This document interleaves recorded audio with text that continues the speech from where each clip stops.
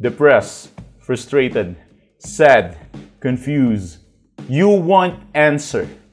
Let's talk. Give me a message sa page ko sa Philippine Dating Coach and you can have one-on-one coaching with Coach Baze, your dating coach and psychologist. Just please subscribe to my channel and hit the bell button. Ang hindi magaling magpa-miss, siya yung hindi babalikan. Siyempre, ang pagpapamiss is an art at the end of the day. So, kung hindi ka niya mamimiss, edi hindi ka niya babalikan. That's how simple this thing is working, right? Kasi, if your ex doesn't miss you that much, then he doesn't need you that much. Ang binabalikan lang ng ex niya is yung namimiss niya. And maybe what you wanted to do right now is just to get your ex back. That's one of your main objective. Parang kapag nabalik mo yung ex mo, then it's really satisfying. Yan yung nagiging goal mo. Or nagiging goal mo to get your ex back is to impress your ex using self-improvement. Kasi nga mahal mo. So you are going to do some sort of self-improvement to yourself just to get your ex back. Diba? So what else? There are plenty of things out there na pwede mong gamitin just to get your ex back and just to have your ex in your life one more time.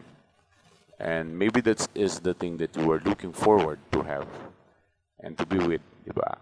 But the problem is, ang dami mong objectives, pero meron akong isang main objective na suggestion para mabaliw ang ex mo at humabol siya sa'yo to the next level. Isang bagay lang ang dapat mong targetin. Isang bagay lang ang dapat mong targetin na maramdaman niya at hahabulin ka niya. Ito lang yung bagay na yun. Kailangan kanyang ma-miss. That's the only thing that you need to do. Kailangan mong mapafeel sa kanya na ma-miss ka niya. Yun lang ang goal mo. Hindi mo kailangan maparamdam na mahal mo siya, ibibigay mo ang langit at lupa sa kanya, ibibigay mo ang Hacienda Luisita sa kanya, ibibigay mo yung Condadong Dam sa kanya, ibibigay mo yung Mount Arayat sa kanya, ibibigay mo yung, alam mo yun, kukunin mo yung buwan, susungkitin mga bituin. Kung ano-anong katarantaduan yung nasa utak mo just to show that, I love you, my ex, please come back to my life. Dang, that's a stupid idea, I think. That's not how it works. I'm being direct to the point. Minsan nga yung mga words ko sobrang sasakit na no? At minsan yung mga words ko ang tatalim. Parang na ako nagmumura pero hindi. I'm just interpreting the truth. And don't be lame, don't be lazy to understand. Well, you know what I'm saying. Just get your ex back sa pamamagitan ng pagkamis. Yun lang. Matamis na alaala mo sa kanyang isipan ay kailangan mabuhay.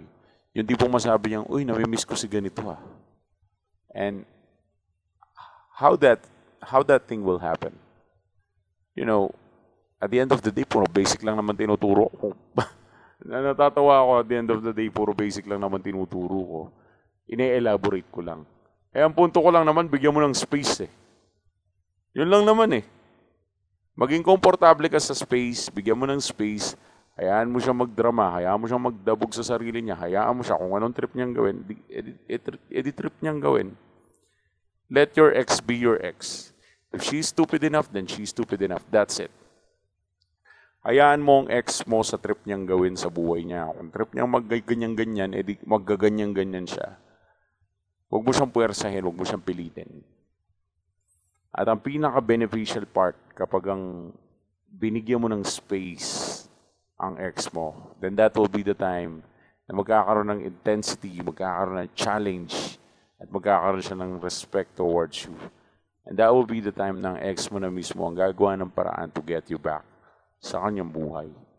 That is why I'm highly suggesting and I'm highly advising to you, instead of spending your time for nothing, why don't you try to do some space time, and then spend your time with something like business, pagiging employee mo, lupitan mo ang trabaho mo, magpakasipag ka sa life, magpakasaya ka with your friends, just have some fun, Kilalanin mo ang sarili mo and just enjoy your life. Just be who you are. And maybe, alam mo yun, baka yun lang naman pala talaga ang kailangan mo right now. Masyado ka lang devastated.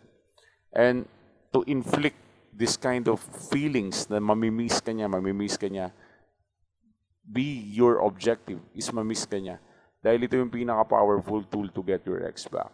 Once naramdaman ng ex mo na nakakamiss. Yun lang ang kailangan mong i-spark. Diyos ko, napakadali lang ng dapat mong gawin. Huwag mo munang isipin yung ibang technique dyan sa YouTube. Isipin mo muna na bibigyan mo siya ng space at dapat during that time, mamiss ka niya. At pag na-miss ka niya, that will be the time na gagawa siya ng paraan to reach you out and to talk to you again.